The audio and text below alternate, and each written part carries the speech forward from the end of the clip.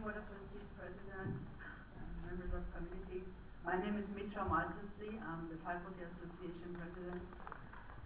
I support your recommendation, and I think your recommendation is in the spirit of the motion that was passed by our Faculty Association Representative Assembly meeting yesterday. And I also thank you for having this meeting and having the meeting in this room. In response to the events that occurred at Tuesday board meetings, the Faculty Association has passed the following motions. 1. The Faculty Association joins with ACLU and other community leaders in Santa Monica in calling for an independent investigation of the events surrounding Tuesday's board meeting and report its findings to the campus community. 2. The Faculty Association urges that the venue for all future board meetings be changed in order to ensure that the public has complete, transparent access to board discussion and the public not be segregated into an overflow facility. Furthermore, the Faculty Association urges all board meetings be broadcast live.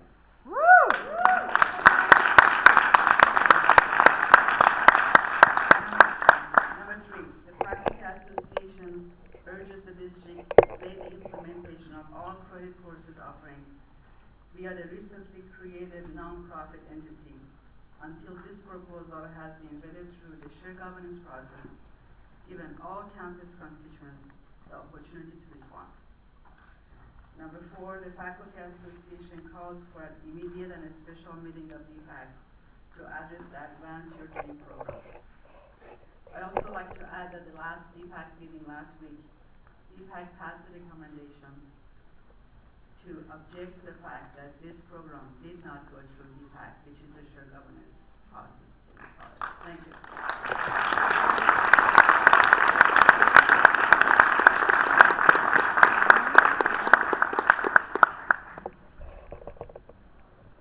Good morning. Yeah, good morning. My name is Dennis Uchimura. Thank you, President and Board of Trustees, for having this meeting.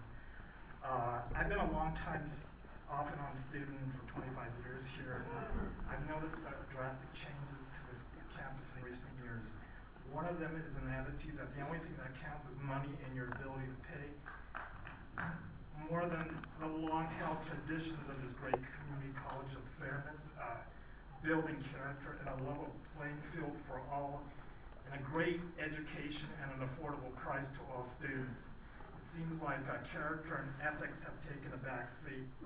I was traumatized about 2 years ago when I sent an email to a teacher in the theater arts department on why students don't get more personalized attention in class. The teacher's response was, "You get what you pay for. I charge $150 an hour on the outside. Drop the class if you don't like it." I cried. No teacher in my life has ever brought up the money factor in a classroom. The dream was over. I tried to complain to admin, but was subject to retaliation by the teacher and the administration, including the president, who just ignored all my complaints.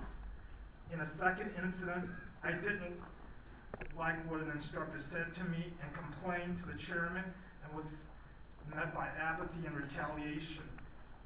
I've never been sent to the dean's office in my life, and I was sent twice within the past 2 years. Years ago, if I had a complaint at Santa Monica College, I would usually get an apology letter from the president. Today, retaliation and apathy seems to be the norm. I always felt this school was about the students. Serving them, I was wrong. It was about the job security of teachers and administration, their benefits, retirement. Nothing else seems to count but money. But there are great teachers here. We had a teacher named Tom Hodges back in 1984. He was a machine shop instructor, and he's the only one. Dennis, I need you to wrap up, please. Okay, he's the only instructor the only person in my life who's ever helped me get a job. I'm asking the Board of Trustees and the president of the school to not implement the 2-year system of tuition. It is unfair and is discrimination against poorer students. we must maintain the long-held traditions of this school that its character counts and fairness to all. Thank you very much.